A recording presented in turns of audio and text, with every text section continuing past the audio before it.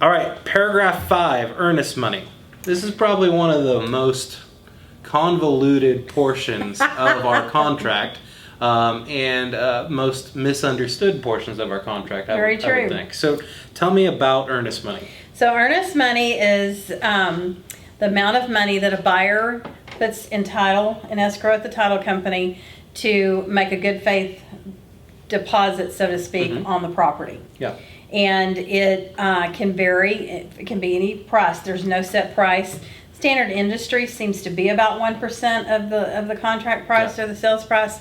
But the more the buyer puts down, the more the seller will see that they're vested in the property. Correct. And it just looks like a stronger offer. Okay. Now, does paragraph 5 actually have to be used? No. Okay. You don't absolutely have to have earnest money. Yeah. Yeah, and earnest money could be anything of value. That is right. It does not actually have to be money. So we had one last week that was actually a barn and a tractor. Okay. So it can be anything of value. Now, did you find a title company to hold the barn and the tractor in escrow? We did. We found a title company that would hold the barn and the tractor deeds in escrow. There you go. So you can get creative with things like that. Please don't go say, you're never going to believe what I just did. But keep in mind, it does not have to be money here. It could be something else. Now, another thing to remember here, where it says as earnest money to blank as escrow agent, this is not the name of the closer that you use. It is not. This is the name of the title company that you're using, because in the state of Texas, the escrow agent is the title company. Now, if you want to put in parentheses there the person's name that you're going to also use, that's fine. Just make sure that you put the name of the title company and not the name of the escrow officer that you're using. Very important. That is correct. And this is now a time is of the essence paragraph. Absolutely. So you have 3 days to get the earnest money there, unless it's a Saturday, Sunday, or legal holiday. So if you go under contract on Thursday, you have Friday, Monday.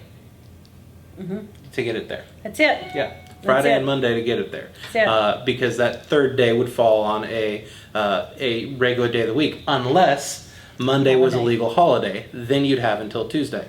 So, or if you went under contract on Wednesday, you'd have Thursday, Friday, and Monday. And don't be afraid to use your fingers to count days, because we've all done it. We all still do it. Exactly. You know, I use it all the time when I'm counting option period. Still. Absolutely. Absolutely. There you go. Scott, when would you need additional earnest money?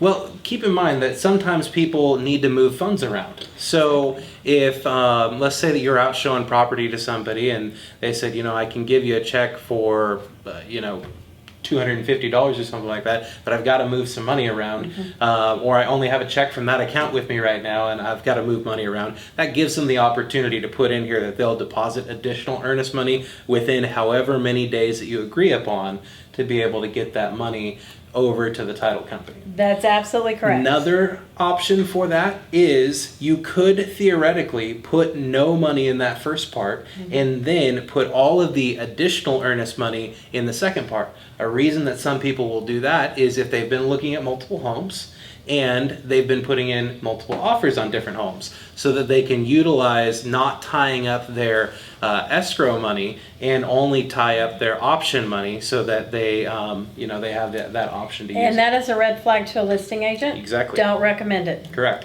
Yet it is legal to do that.